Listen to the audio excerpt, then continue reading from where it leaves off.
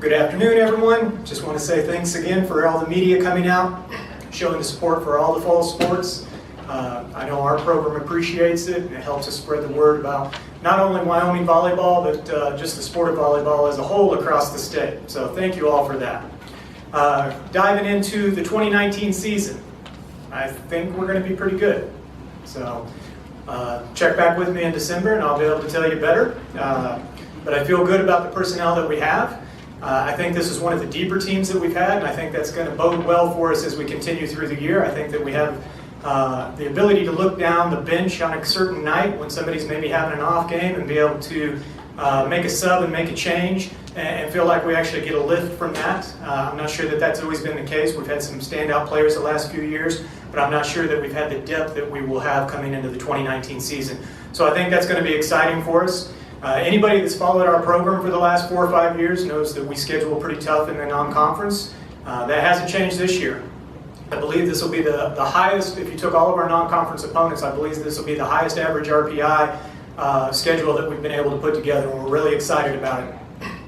We've knocked on the door the last few years of trying to make the NCAA tournament, and in order to do that, we've got to be able to step out and play some quality opponents in the non-conference season. It doesn't do us a lot of good to go out and rack up wins if they're not going to be teams that compete at a high level and that will help us build a resume. So we've tried to put together a schedule that will allow us to do that again. Every year I feel like somebody asks me about some players that I think will maybe have a breakout year. I'll give you a few names here. I believe Haley McCardle and Maddie Fields are two players that have been on the court for us for the last few years. I think that they've been good players for us, and they've had some solid seasons, but I think they have the opportunity to really step forward and have a great senior year. I also believe a kid that maybe hasn't done a lot for us thus far, or at least you don't know the name, Faith Waitsman is a name that I think is going to be able to do some great things for us this season. So hopefully at the end of the year, she's been able to rack up some great numbers and help us earn some quality victories. So. Exhibition match in Cheyenne. That's probably one of the unique things that we have going this year. We'll be over in Cheyenne August the 24th. We will be playing Nebraska Kearney at Cheyenne East High School at 6:30 p.m. We're really excited about that opportunity to have an outreach event.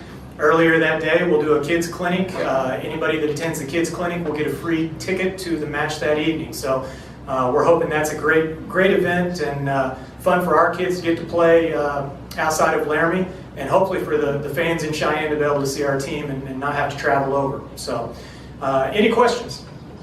Can you talk about the cohesiveness of the group this year compared to last year? Some of the players were talking about maybe sometimes last year was kind of up and down. This year they feel more collective as a whole.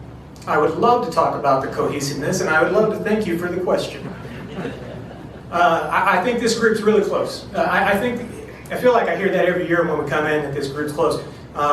I really do believe that. I think that this team, I think their goals are similarly aligned. I think they put a lot into this during the off season. I think that they really are excited about the opportunity to go out and compete.